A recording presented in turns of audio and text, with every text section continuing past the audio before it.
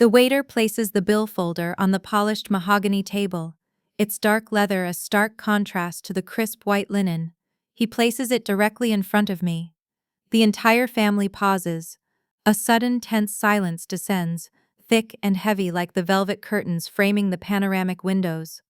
My sister's husband, Grant, scoffs.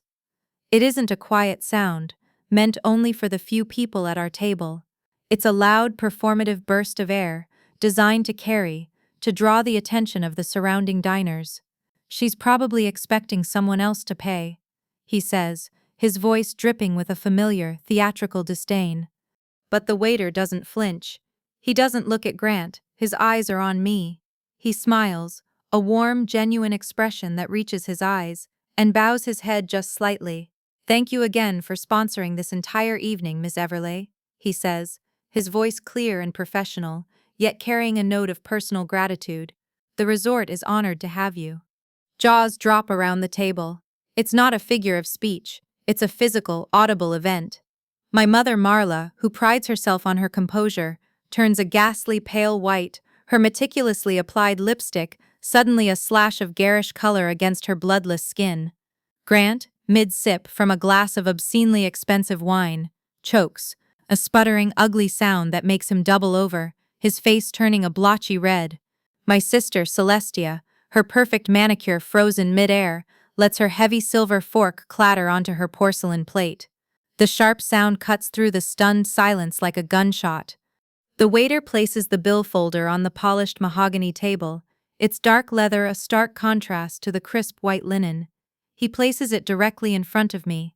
The entire family pauses, a sudden tense silence descends, thick and heavy like the velvet curtains framing the panoramic windows. My sister's husband Grant scoffs.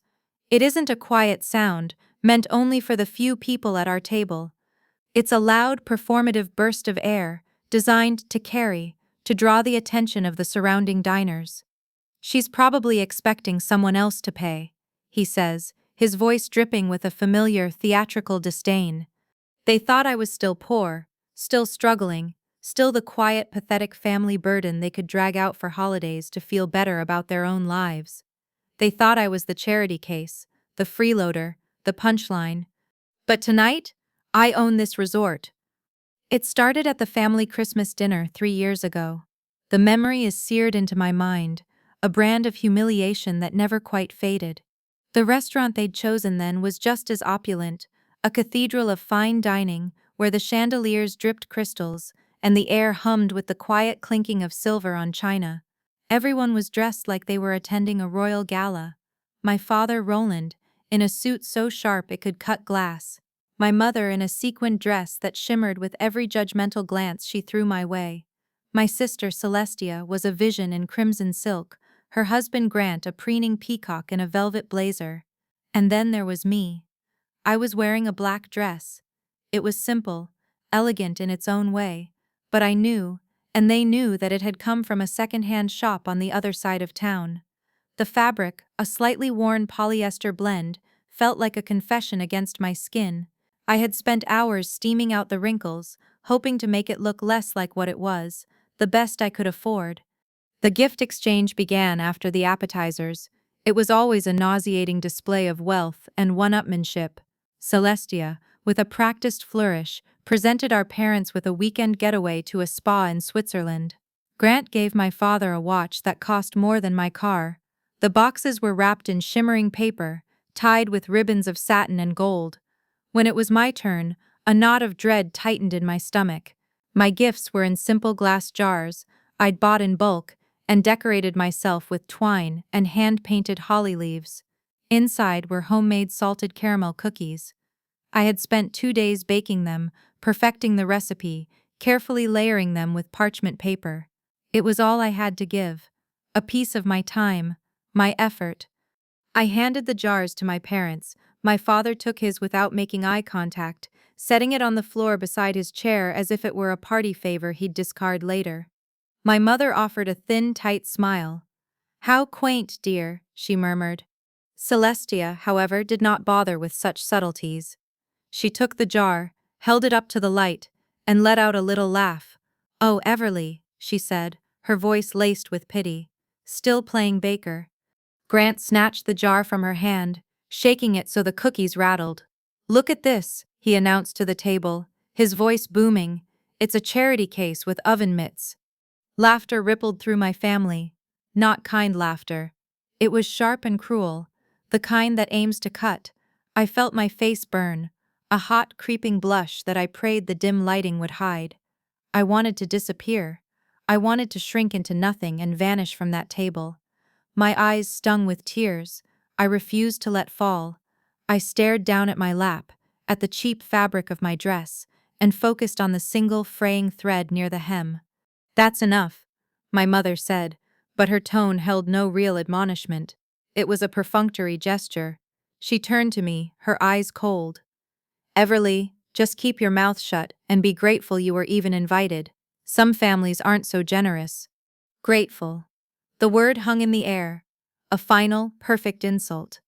I was supposed to be grateful for the privilege of being their punching bag for the evening. I picked up my fork and tried to eat the ridiculously expensive piece of sea bass on my plate. But the food tasted like ash in my mouth. My throat was so tight I could barely swallow. They started talking over me, around me, as if I were a piece of furniture. Their conversation was a whirlwind of stock portfolios, vacation homes, and country club gossip. I was invisible again. Then Celestia, placing a delicate hand over her flat stomach, made her grand announcement. "Grant and I have some news," she said, beaming at her husband. "We're pregnant." The table erupted. My father stood to clap Grant on the back. My mother was on her feet, rushing to hug Celestia, her eyes suddenly wet with genuine tears.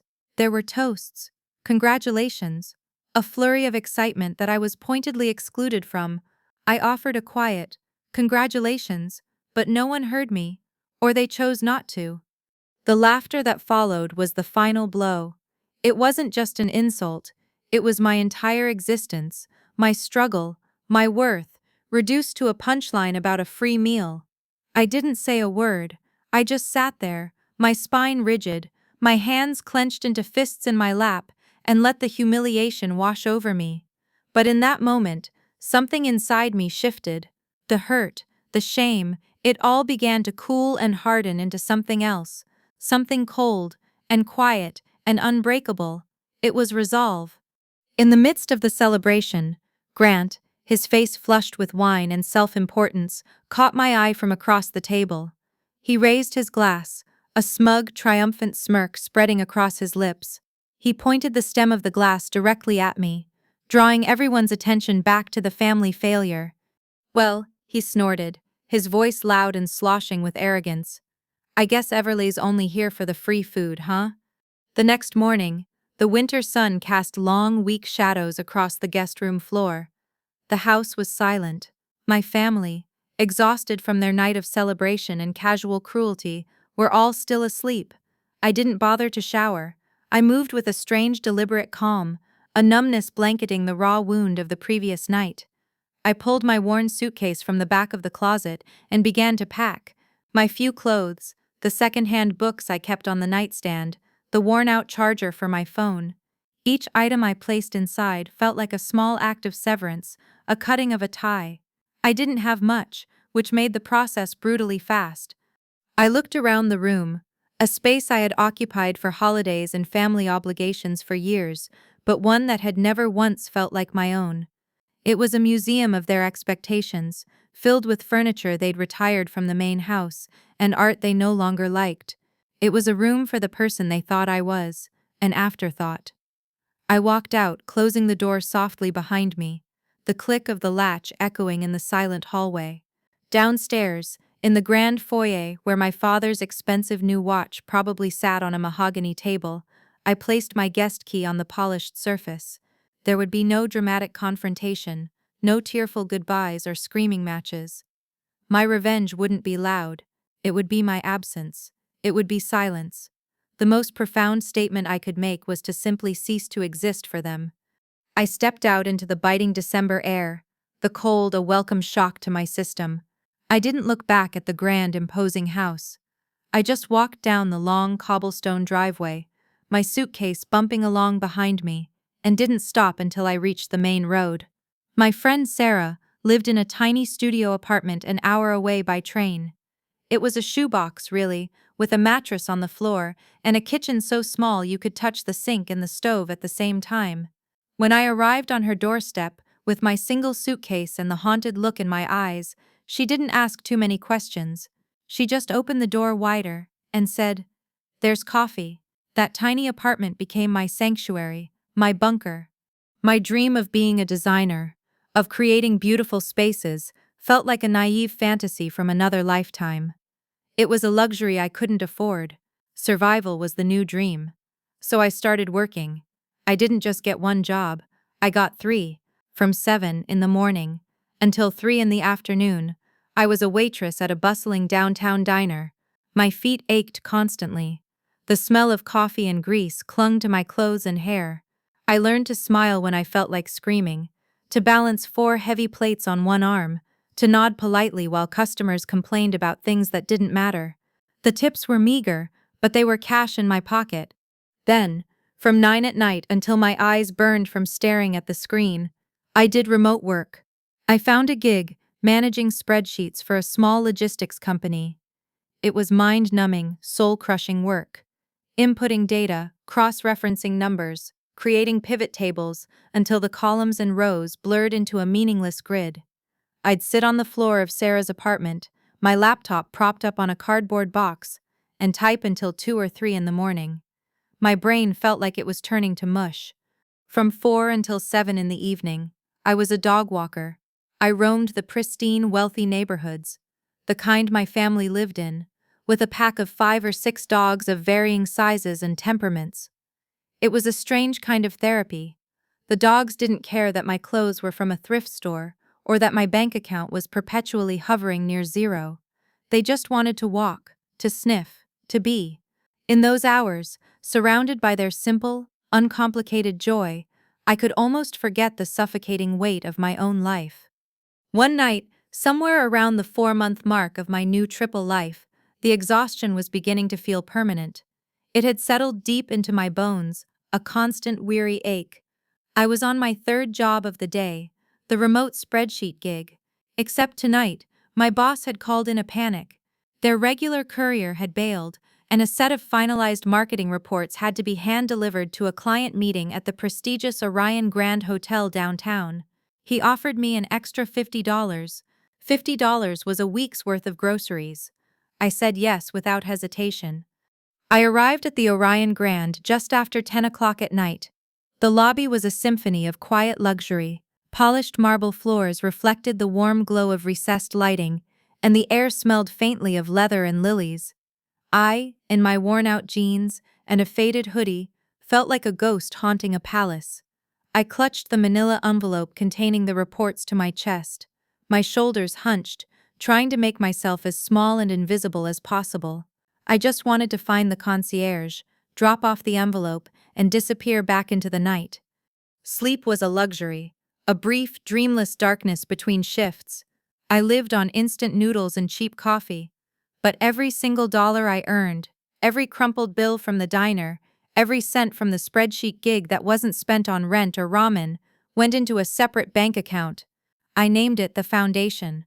Watching that number slowly, painfully, inch upward was the only thing that kept me going. It wasn't just money, it was fuel. Each dollar was a brick in the wall I was building around myself. Each penny was a piece of the future they said I would never have. I didn't know what I was building yet. I just knew it had to be tall enough that their mockery could never reach me again. The humiliation from that Christmas dinner wasn't a memory anymore. It was my engine. It was the cold, hard stone at the center of my being, and I was sharpening it into a weapon. As I hurried across the vast, empty expanse of the lobby, my head down to avoid making eye contact with the impeccably dressed staff, I wasn't watching where I was going. I rounded a large marble pillar and ran squarely into someone. The impact sent the manila envelope flying, its contents, dozens of pages of data and charts, scattering across the floor in a messy fan. "Oh my God, I'm so sorry," I stammered, dropping to my knees immediately, my face burning with embarrassment. My hands trembled as I scrambled to gather the loose papers.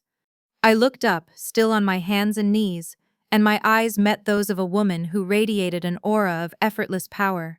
She had to be in her late 50s, with sharp, intelligent eyes and a sweep of silver hair cut into a chic, severe bob. She wore a tailored navy blue pantsuit that probably cost more than my 3 months' rent. She wasn't looking at me with pity or annoyance. She was looking with an expression of mild, curious assessment. "It's quite all right," a calm, crisp voice said from above me. "No harm done." She knelt down, her movements surprisingly fluid, and began helping me collect the papers. "Marketing projections for the third quarter?" she asked, glancing at one of the sheets before handing it to me. Yes, they are," I mumbled, my cheeks still hot.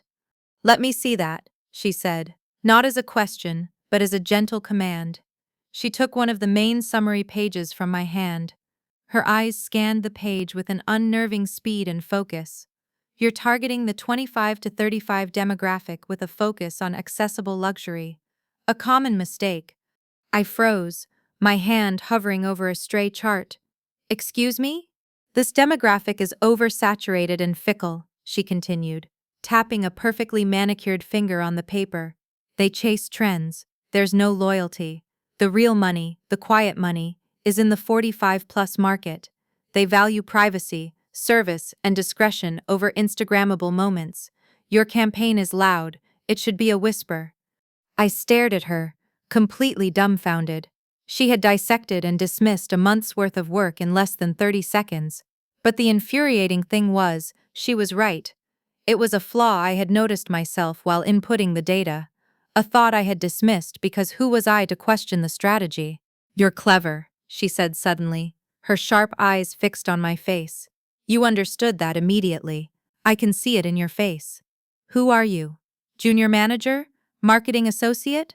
I should have told the truth. I should have said I was just the delivery girl, a glorified courier. But the words that came out of my mouth were not my own. They felt like they belonged to a different version of myself, a version that wasn't covered in exhaustion and failure. "I'm in a transitional phase," I said, the words tasting strange and bold. She raised a single, elegant eyebrow. A faint smile played on her lips. "A transitional phase. I like that." She stood up, brushing an invisible speck of dust from her trousers. I quickly gathered the last of the papers and scrambled to my feet. "My name is Amelia Voss," she said, extending a hand. The name hit me like a physical blow. Amelia Voss. She wasn't just some random wealthy woman, she was the Amelia Voss. The legendary founder and CEO of Voss Resorts, one of the most exclusive luxury hotel brands in the world. I was holding a report for a mid-range hotel chain, and I had just been given a free masterclass in marketing by an industry titan. "Well, Everly Stone in a transitional phase," she said, her eyes twinkling with amusement. "I have a 6-month internship starting next week at my corporate headquarters. It's unpaid, unforgiving, and you'll likely work more hours than anyone on my salaried staff. Are you interested?" I shook her hand. Her grip was firm, her skin cool. "Everlay Stone," I said, my voice barely a whisper. My brain screamed, "No, no, I couldn't. Unpaid?" I was barely surviving as it was. I had rent to pay, food to buy. It was impossible.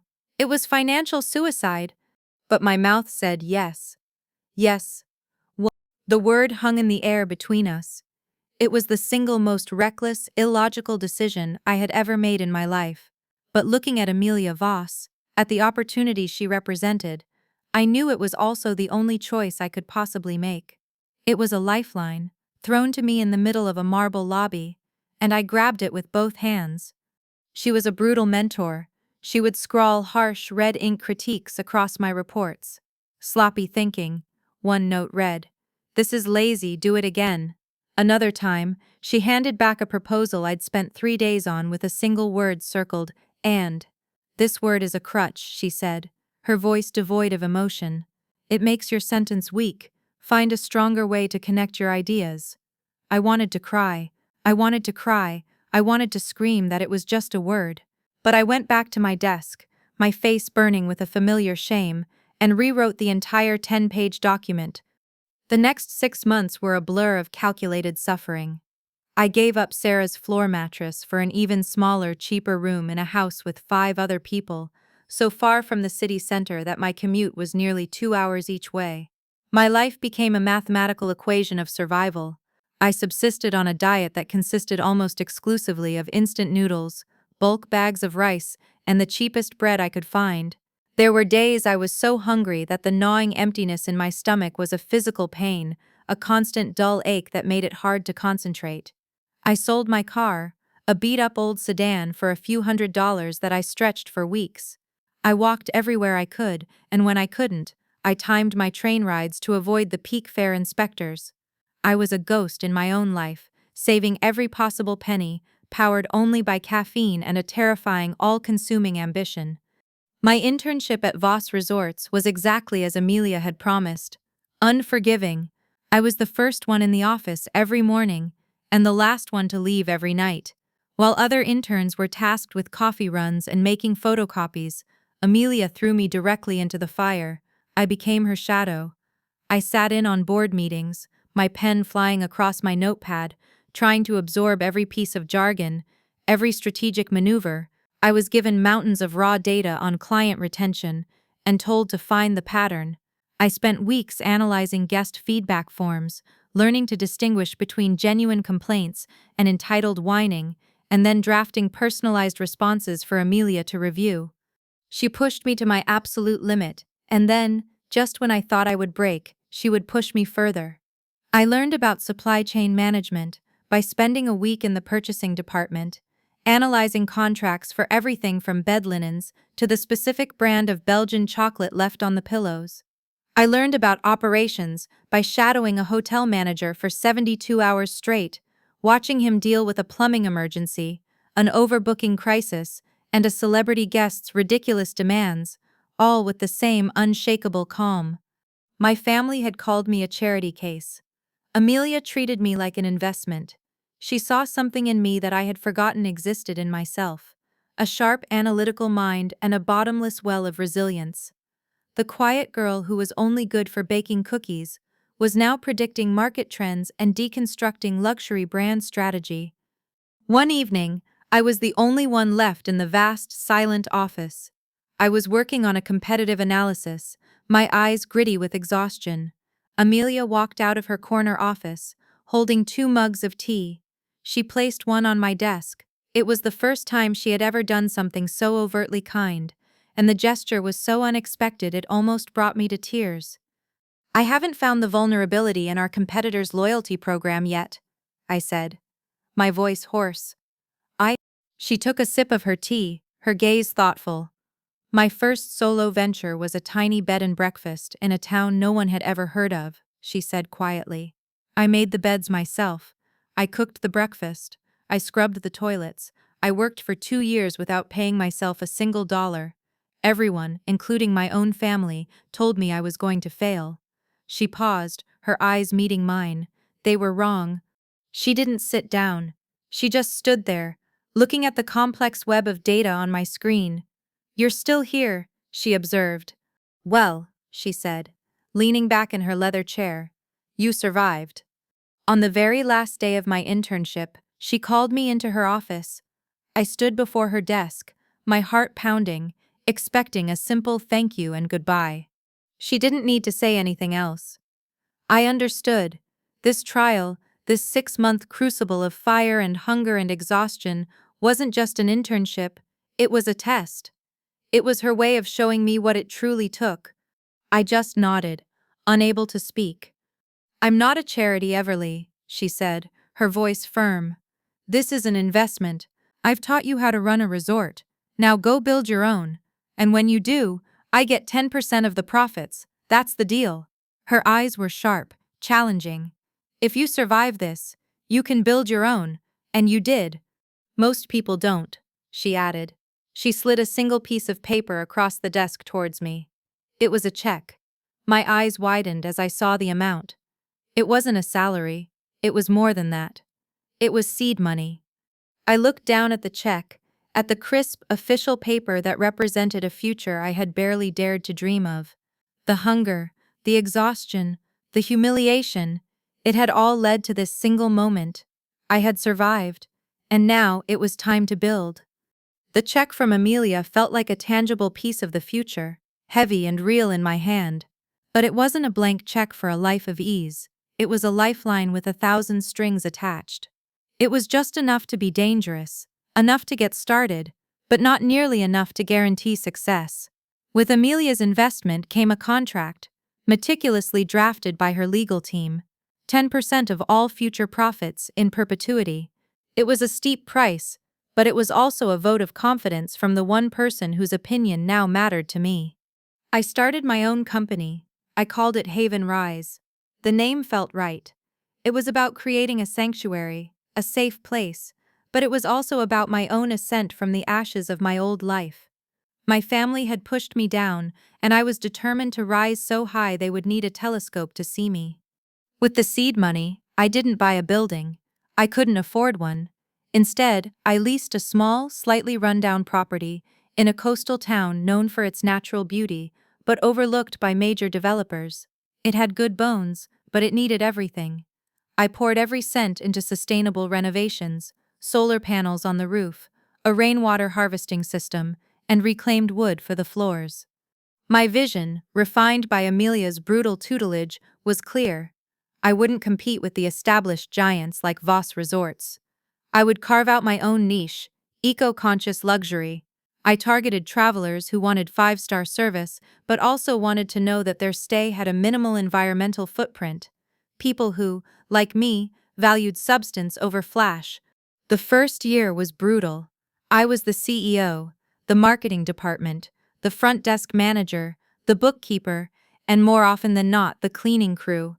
I designed the website myself, staying up for 3 straight days, fueled by cheap coffee, teaching myself to code through online tutorials. The site was simple, but it was clean and professional. I wrote every line of copy, trying to imbue it with the sense of peace and quiet luxury I wanted Haven Rise to represent. There were moments of crippling doubt. Weeks went by with only a handful of bookings. I would sit in the empty lobby, listening to the silence, and the voices of my family would creep back in. Charity case with oven mitts, just here for the free food. I would look at my dwindling bank account and feel a cold knot of panic tighten in my chest. Was this all a massive, expensive mistake? Was I just proving them right? But then a guest would leave a glowing review online, praising the quiet atmosphere or the thoughtful, sustainable details, and it would feel like a shot of adrenaline. One guest at a time, one positive review at a time. I was building a reputation. By the end of the first year, I was exhausted, broke, and barely breaking even. But I was still standing. I'll never forget the thrill of our first booking. It was a couple celebrating their anniversary. I remember seeing the confirmation email pop up on my screen and feeling a jolt of pure, unadulterated joy that was quickly followed by sheer terror. Now I had to deliver. I spent the entire day before their arrival cleaning their room myself, making sure every surface gleamed. I placed a handwritten welcome note on the pillow. I agonized over every detail, from the thread count of the organic cotton sheets to the locally sourced snacks in the minibar. He didn't waste time with pleasantries. He had done his research. He praised my business model, my branding, my slow and steady growth. Then he made his offer. He wanted to invest, to help me expand Haven Rise into a national brand. The number he slid across the table on a crisp sheet of paper made my breath catch in my throat. It was more money than I could have imagined. It was enough to buy 10 more properties, to hire a full corporate staff, to finally, truly be a major player in the industry. It was a dream come true. Just as things were starting to feel stable, just as the constant gnawing anxiety in my gut began to subside, temptation arrived. It came in the form of a man named Marcus Thorne, a venture capitalist with a slick smile, an expensive suit, and the predatory eyes of a shark. He requested a meeting, and I, flattered by the attention from a mainstream investor, agreed. We met in the small, sunlit cafe of Haven Rise. The second year was the turning point. Travel influencers, the kind who were always looking for the next undiscovered gem, started to find us. They weren't the mainstream, flashy types. They were the ones who wrote long, thoughtful blog posts about responsible travel and unique experiences. They loved Haven Rise. They wrote about our commitment to sustainability, our minimalist aesthetic, our focus on quiet, unplugged getaways.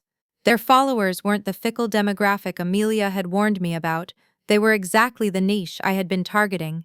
Bookings started to climb, slowly at first, and then with a steady, encouraging momentum. I was finally able to hire a small, dedicated team, a front desk manager, a part-time cleaner. I wasn't just a girl playing hotel anymore. I was an employer. I was a business owner. I was building something real, brick by brick, one hard-earned dollar at a time. "Look, it's business, Everly," Marcus said, his voice a smooth, persuasive purr. 10% in perpetuity for a seed investment? That's amateur stuff. She took advantage of you when you were desperate. My offer is on the table. It's clean. It's a real valuation of what you've built. But there was a catch. There was always a catch. His investment was contingent on one thing. I had to dissolve my original contract. I had to cut Amelia Voss out of the deal. The offer was a devil's bargain, and it landed at the worst possible time. My rent for the property was due, and a recent equipment failure had drained my emergency fund. My tiny team was overworked, and I was on the verge of burning out completely. Marcus's money was a quick, easy solution to all my problems. It was a golden ticket. All I had to do was betray the one person who had believed in me.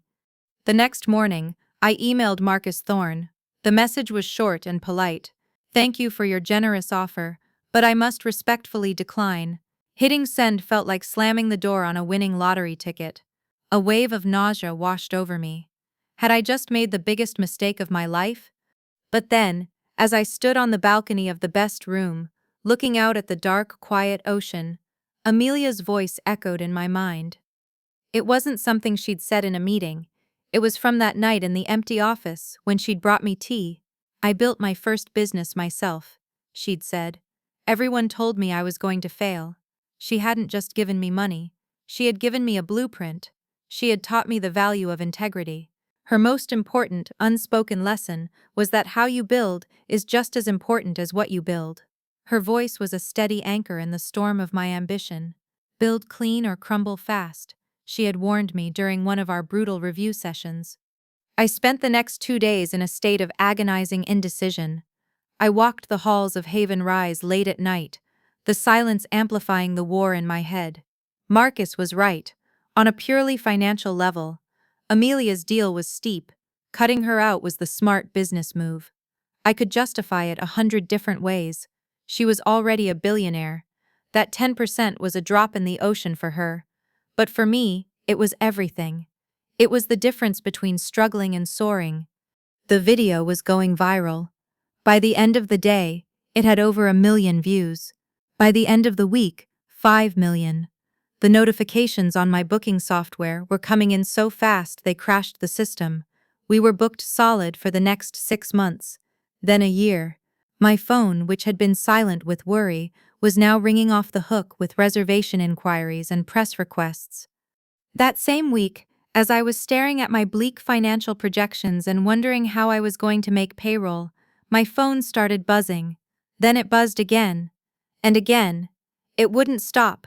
A friend sent me a link with the message, "OMG, is this you?" I clicked it. It was a TikTok. A young, popular travel influencer, known for her authentic, unsponsored reviews, had stayed at Haven Rise a month earlier. I hadn't even known who she was. The video was a minute-long montage of her stay. It showed the sun rising over the ocean from her balcony, the simple beauty of the reclaimed wood floors, the handwritten welcome note I still left for every guest. The caption read, "Found the most peaceful hotel on the planet. This isn't an ad. I just think everyone needs to know this place exists." I sat at my desk, watching the digital tsunami unfold, and I started to laugh. It was a choked, incredulous, tear-filled laugh. I had walked away from the devil's bargain, and karma had sent me a miracle. I had chosen the clean path, and it hadn't crumbled. It had led me right here. With success came visibility, and with visibility came the unwanted attention of my past. It was inevitable, I suppose. I had been so focused on my own small world of sustainable renovations and booking software that I hadn't considered the moment my world would collide with theirs. The collision came in the form of a comment on a travel blog that had written a glowing feature on Haven Rise. The comment, posted under a clearly fake username, TruthTeller88, read, "LOL. This place is a joke. The owner is a failed baker who used to live off her family. It's probably all funded by some rich guy she tricked. Don't believe the hype." The words were so specific, so laced with the particular venom I knew so well, that I didn't need to guess who wrote them. It was Celestia. The mention of failed baker was the tell. It was a direct echo of her cruelty from that Christmas dinner. A cold dread washed over me. I had built Haven Rise to escape them, but the internet was a small town. She had found me. The police called it random vandalism, but I knew it wasn't. This was personal. This was targeted. This was my family's hatred made manifest. The financial blow was devastating. I had to close the property for repairs. I had to cancel dozens of reservations. News of the vandalism, coupled with the growing chorus of fake negative reviews, started to have a real impact. Bookings dropped by 60%. The phones, which had been ringing incessantly for months, fell silent. The momentum I had built felt like it was dissolving into dust. I was spiraling, consumed by a mixture of rage and despair. Then came the physical attack. I got a frantic call from my night manager one Tuesday. I drove to our flagship property, my heart pounding with a sense of impending doom. The sight that greeted me was one of pure malicious destruction. Someone had broken into our most expensive suite, the one often featured in magazines. They hadn't stolen anything of value. They had simply destroyed it. The custom-made furniture was slashed with a knife. Red wine was splashed across the pristine white walls and organic cotton bedding. A large mirror had been shattered, sending shards of glass across the reclaimed wood floor. Scrawled across another wall, in what looked like lipstick, was a single childish word: loser. I tried to ignore it, to dismiss it as the petty jealousy of a bitter person. But then it got worse. A series of fake one-star reviews began to appear on every travel site imaginable. They were cleverly written, full of specific, believable lies. "Found a cockroach in my bed," one claimed. "The staff was rude and dismissive, especially the owner, who seems to think she's better than everyone. Total scam. The eco-friendly stuff is all for show." Each review was a small, poisonous dart, aimed at the heart of the reputation I had worked so hard to build. "I don't have one," I whispered. "I don't know what to do." In my darkest moment, I called Amelia. I hadn't spoken to her in months, wanting to prove I could stand on my own 2 feet. But I was in over my head. My voice cracked as I told her everything: the comments, the reviews, the trashed room. She listened patiently, without interruption. When I was finished, a mess of choked sobs and fury, she didn't offer sympathy, she offered strategy. "Welcome to the big leagues, Everleigh," she said, her voice calm and steady. "Success paints a target on your back. Crying about it won't fix your balance sheet. So what's your plan?" "Yes, you do," she corrected me. "You're going to get in front of it. You're going to control the narrative." Over the next hour, she didn't solve my problem for me. She taught me how to solve it myself. She gave me a masterclass in crisis management. Don't hide. Don't be a victim. Be transparent. Be classy. I posted the statement on our website and all our social media channels. The response was immediate and overwhelming. Our loyal guests, the ones who had experienced Haven Rise firsthand, rushed to our defense. They flooded the review sites with 5-star ratings and personal stories, drowning out the fake reviews. The story of my response, turning a trashed room into a symbol of resilience, was picked up by a prominent travel magazine. The headline read, "The Classiest Comeback: How Haven Rise Turned Scandal into a Statement." Following her advice, I drafted a public statement. I didn't mention my family. I didn't speculate on who was behind the attacks. I simply owned the situation. I addressed the negative reviews head-on, acknowledging that there had been a coordinated campaign of misinformation targeting my business, but reaffirming my commitment to quality and service. I wrote about the vandalism, not as a tragedy, but as an opportunity. "The room that was damaged will be redesigned by a local artist," I wrote, and will be renamed the Phoenix Suite. We believe that out of acts of destruction, something beautiful can be born. The sabotage had been meant to destroy me. Instead, it made me stronger. It forced me to be bold, to find my public voice. My bookings didn't just recover, they skyrocketed past their previous peak. People weren't just booking a hotel room anymore, they were booking a story. They were supporting a brand that had faced down ugliness and refused to break. Celestia's poison had ironically become my most powerful marketing tool. By the end of year 3, Haven Rise was no longer a plucky underdog. We were a recognized name in the boutique luxury market. We had 3 profitable properties and a reputation for resilience and class. The money was flowing in, steady and strong. The foundation I had started with loose change and waitress tips was now a formidable corporate account. I was no longer just surviving, I was thriving, and I knew it was time. The opportunity came unexpectedly. A real estate broker I had a relationship with called me about an off-market deal. The owners of the Orion Grand Hotel, the very place I had run into Amelia Voss 3 years prior, the very place my family held their annual Christmas pageant of cruelty, were looking for a quiet, fast sale. They were over-leveraged and needed a discreet infusion of cash. I called Amelia. "I have a chance to buy the Orion Grand," I said, my voice tight with a mixture of excitement and fear. My heart started pounding. The Orion Grand wasn't just a hotel, it was a symbol of the world I had been shut out of. It was the epicenter of their social lives, their preferred venue for celebrating their own success, while mocking my lack of it. Owning it felt like a fantasy, a daydream I'd had on my loneliest nights. But now, looking at the financials the broker sent over, it wasn't a fantasy. It was a viable acquisition. There was a pause on the other end of the line. Then I heard her low, throaty laugh. "Oh, that's rich," she said, the amusement evident in her voice. "Do it." A month after the sale was finalized, I was reviewing the event schedule for the upcoming holiday season, and there it was, on the calendar for Christmas Eve. Reserved, the Stone Family Annual Christmas Dinner. A private booking for 20 people in the Voltaire Room, their preferred private dining space, with its gaudy gold leaf and velvet chairs. A cold, quiet thrill went through me. The stage was set. The players were assembling, completely unaware that the theater now belonged to me. The deal was complex. I used a holding company, a faceless corporate entity, to make the purchase. My name appeared on none of the initial paperwork. To the staff, to the world, the hotel had simply been acquired by a larger investment group. The transition was seamless, quiet. I was now the silent, invisible owner of my family's favorite playground. I called Emery Vale, the Orion Grand's longtime general manager, to my new office. He was a professional, polished man in his late 40s who had seen it all. He was also, according to his file, a neutral but observant force in the hotel. "Mr. Vale," I said, keeping my voice cool and professional, "I have a special request for the Stone family dinner on Christmas Eve." "Of course, Miss Stone," he replied, still getting used to my new role as his ultimate boss.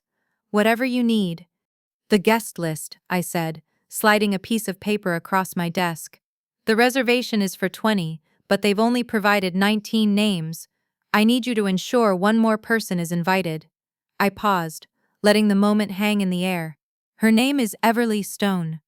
"Consider it done, Ms. Stone," he said. And in that moment, he went from a neutral observer to a key player in my final act. The invitation would go out. The trap was set. The evening of the Christmas dinner arrived with a cinematic sense of destiny. A light snow was falling, dusting the city in a soft, quiet white. As my car pulled up to the grand entrance of the Orion Grand, I felt a strange sense of calm. The nervous, insecure girl who had shuffled through this lobby in a hoodie 3 years ago was gone. In her place was a woman who knew exactly who she was and what she was about to do. Emery Vale looked at the name, then back at me.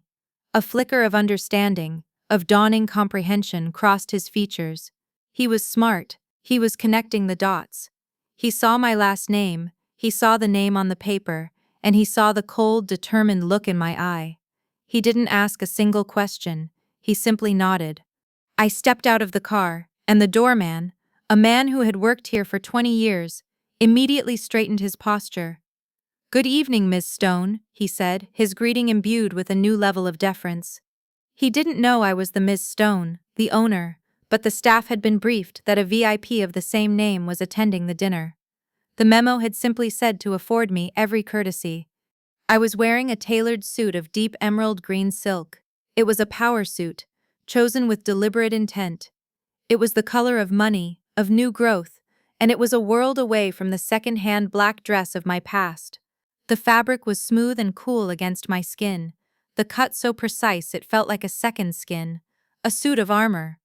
I walked into the lobby, and it was as if I was seeing it for the first time through a new lens. The marble floors I had once scrambled across to pick up scattered papers now felt like they were mine to command. The scent of lilies and leather no longer felt intimidating, it smelled like victory. I was wearing a tailored suit of deep emerald green silk. It was a power suit, chosen with deliberate intent. It was the color of money, of new growth, and it was a world away from the second-hand black dress of my past. The fabric was smooth and cool against my skin, the cut so precise it felt like a second skin, a suit of armor. I was the first to arrive at the Voltaire room. Emery Vale, the manager, greeted me personally at the door. "Miss Stone," he said, with a slight knowing inclination of his head. "Everything is prepared as you requested. Your family is expected in the next 15 minutes. "Thank you, Emery," I said quietly. He showed me to the table, to the seat at the head, which I had specifically requested be left for me. I sat down and waited. My parents, Roland and Marla, arrived first, sweeping in with an air of ownership that was painfully ironic. They scanned the room, their eyes landing on me. There was no warmth in their greeting.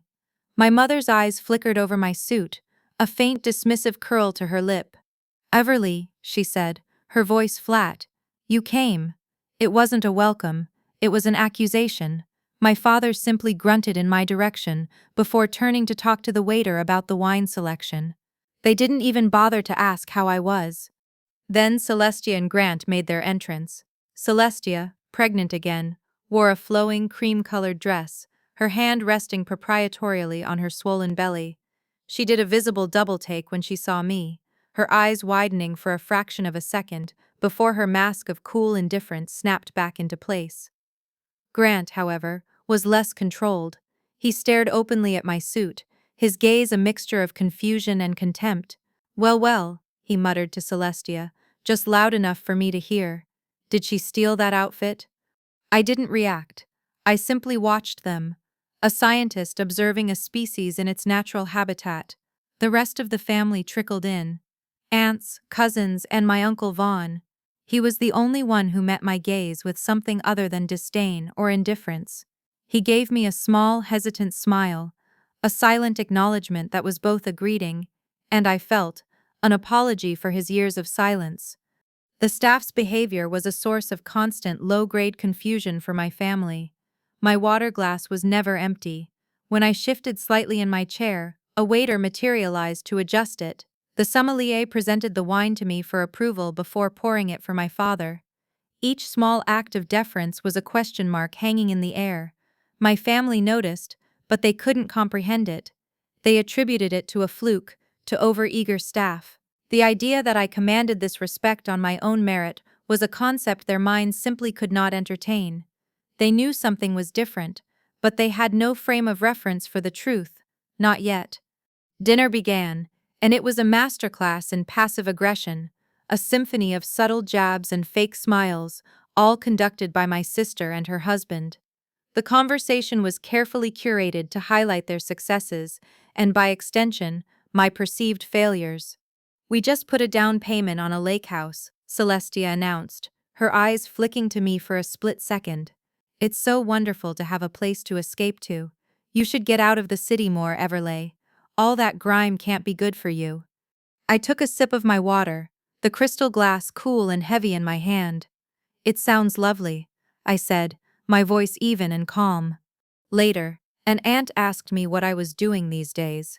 Before I could answer, Grant cut in, laughing. Last I heard, she was still playing with spreadsheets for some tiny company. "Right, Ev?" still crunching those numbers. He used the diminutive Ev, a nickname he knew I hated, a verbal pat on the head. "I'm managing assets," I replied smoothly, without offering any more detail. The ambiguity only fueled their condescension. They assumed I was a low-level assistant, managing office supplies. My parents were a silent, complicit chorus. They would nod along to Celestia's boasts and chuckle at Grant's jokes. They never defended me. They never asked me a single meaningful question about my life. To them, I was a fixed point in their universe. The daughter who had failed to launch, the cautionary tale they could use to make their prized child, Celestia, shine brighter. The meal was a performance of a script they had been rehearsing for years, and they were all playing their parts to perfection. But something was different this time. I was different. The words that once felt like tiny, sharp cuts now glanced off me, unable to find purchase. Their insults were like echoes from a distant past, a language from a country I no longer lived in. I wasn't the wounded girl in the second-hand dress anymore. I was the owner of the room, the architect of the entire evening. I was just waiting for the final act. Uncle Vaughn, who had been quiet for most of the meal, seemed to sense the shift in the atmosphere. He was a man caught between familial loyalty and his own conscience, and the conflict was written all over his face. He pushed his chair back slightly, lifting his wine glass. "A toast," he said, his voice a little louder than usual, drawing the table's attention. He looked around at everyone, his gaze lingering on me for a moment longer than the others. "To family. And to success we never saw coming." It was a strange, ambiguous toast.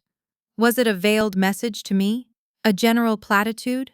I couldn't be sure, but it hung in the air, charged with unspoken meaning. Celestia, oblivious, simply rolled her eyes. She clearly assumed the toast had nothing to do with me.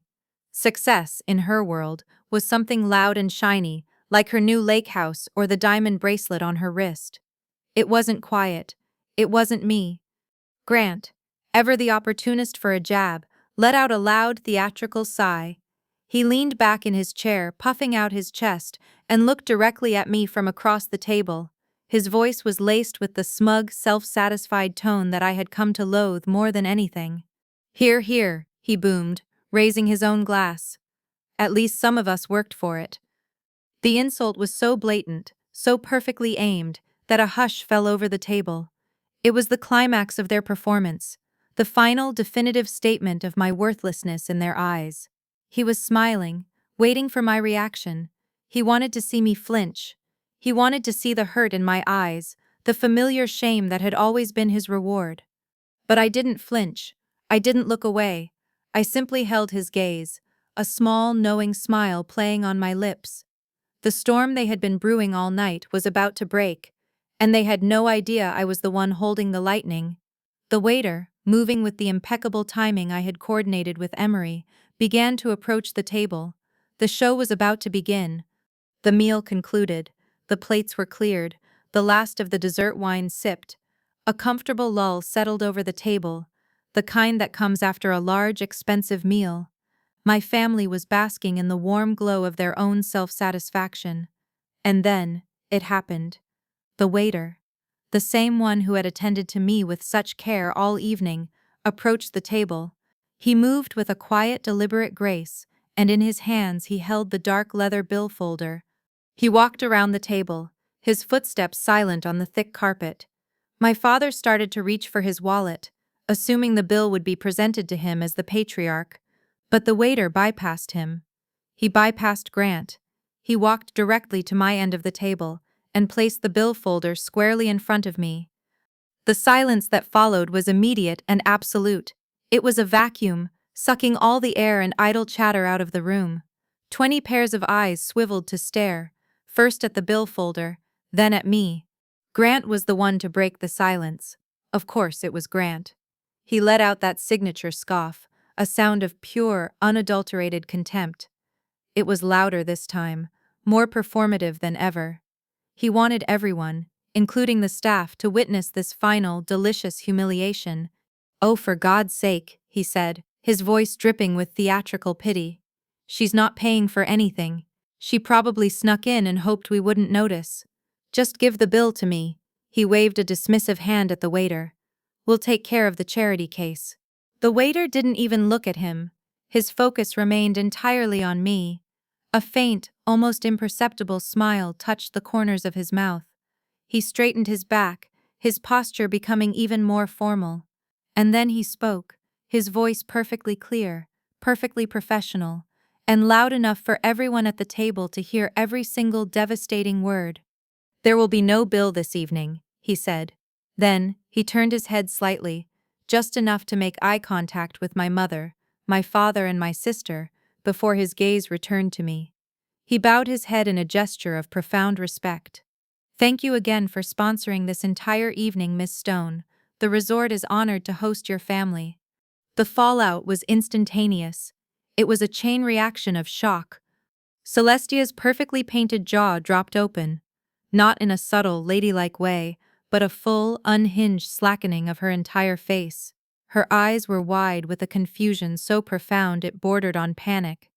Grant, who had just taken a triumphant gulp of wine to celebrate his verbal victory, choked. He inhaled the deep red liquid, and a violent sputtering cough erupted from him.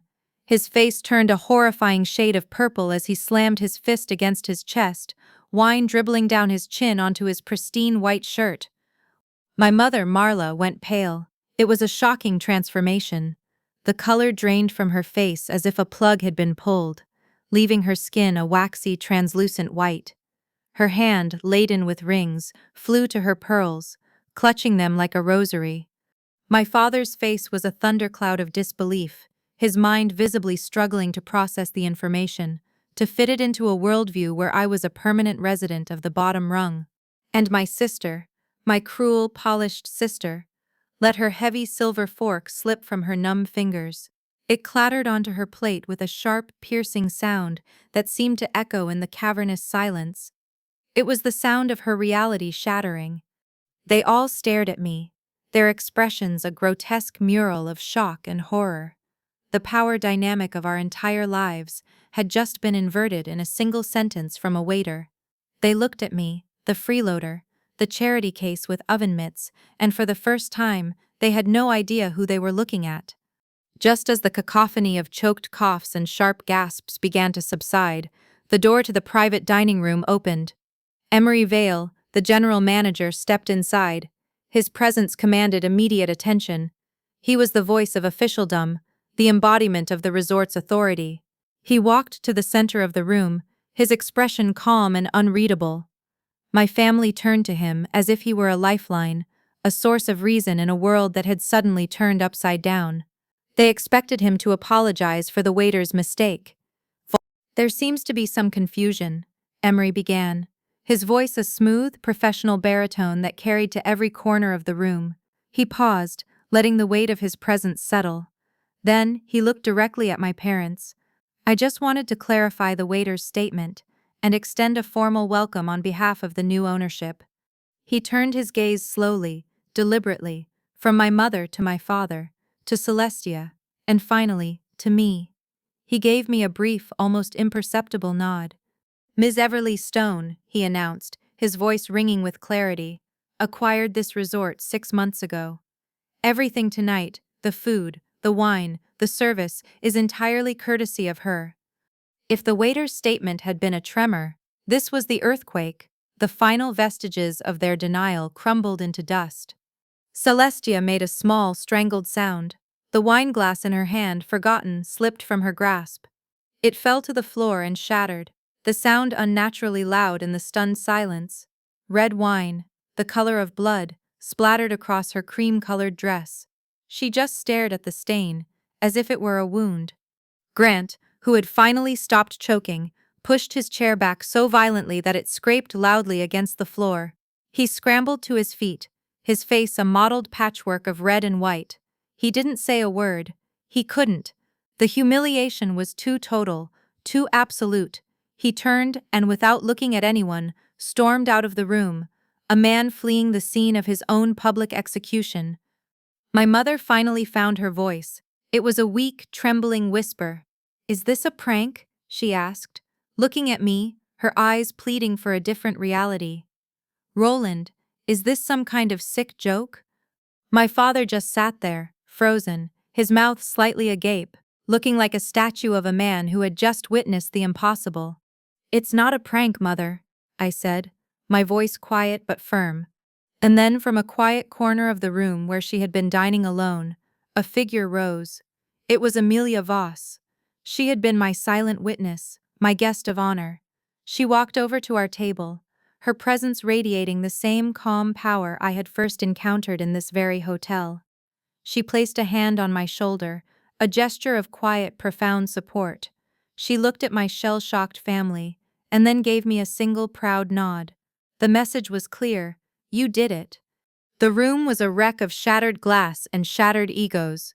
My family looked around, their faces masks of disbelief, as if they had been caught in a play where the scenery had suddenly collapsed around them. All eyes were on me, waiting. They expected an explosion. They expected shouting, recriminations, a triumphant, gloating speech. That's what they would have done. I remained seated, my hands resting calmly in my lap. I looked at each of them, at my pale mother, my stunned father, my broken sister. When I finally spoke, my voice was not loud, it was not filled with rage or triumph. It was the quiet, simple voice of truth. I built this, I said, my gaze sweeping around the opulent room, so no one could ever tell me I was just here for food. The words landed with more force than a shout ever could. It was a direct callback, a precise and surgical strike at the heart of their years of mockery. Grant's casual, cruel insult from that long-ago Christmas dinner was now the foundation stone of my empire. The irony was so thick, it was almost suffocating. Celestia flinched as if I had struck her. She finally looked up from the wine stain on her dress, her eyes filled with a dawning, horrified understanding. It was Uncle Vaughn who spoke next.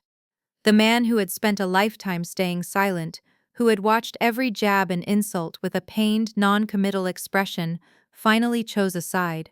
A slow, genuine smile spread across his face. It was a smile of relief, of vindication.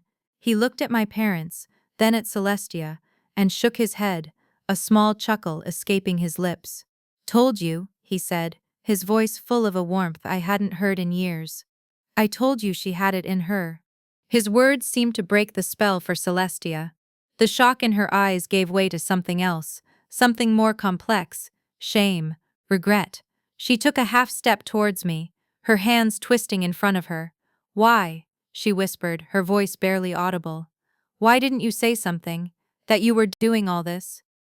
It was the ultimate question from their world, a world where success was only real if it was announced, displayed, and used as a weapon against others.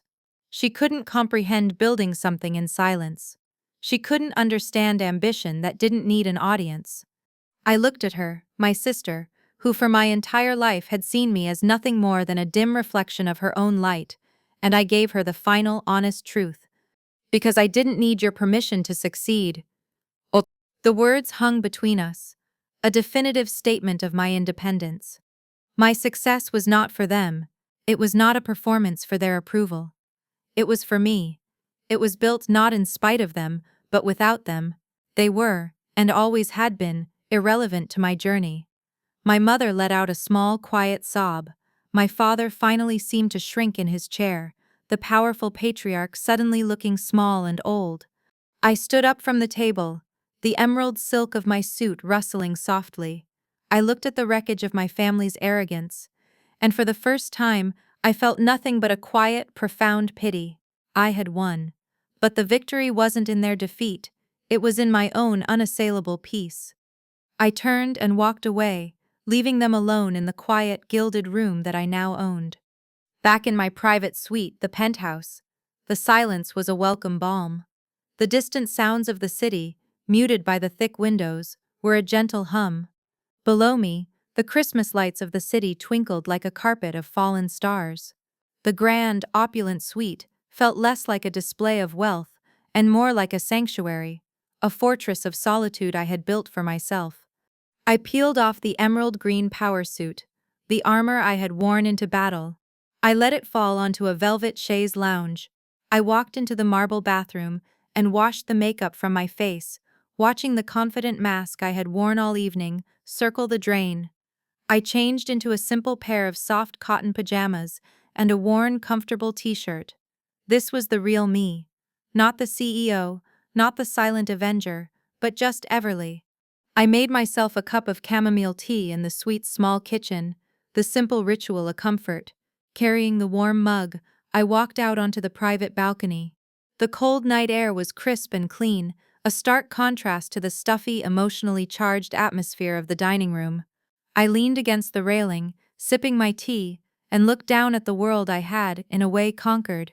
There was no surge of adrenaline, no heady rush of victory. There was only a deep, quiet, and pervasive sense of peace. The war was over because I had chosen to stop fighting. My phone buzzed on the small table beside me. It was a text from Amelia. It just said, "Well done." I smiled and picked up the phone to call her. She answered on the first ring. "Hello, boss," she said, her voice rich with amusement. "Don't call me that." I laughed. A real, unburdened laugh. It felt good. I was just standing here, looking at the lights. "And how does it feel?" she asked. "Is revenge as sweet as they say?" I thought about it for a moment. I thought about Grant storming out, my mother's pale face, Celestia's shattered expression. It wasn't sweet, it was just sad. "It's not about revenge anymore," I said, the realization settling over me with absolute clarity. I thought it was. For a long time their voices were the fuel. But tonight, seeing them, I just felt sorry for them. "That, my dear Everly," Amelia said softly, "is how you know you've truly won." I took another sip of tea, the warmth spreading through my chest. "You were right," I said.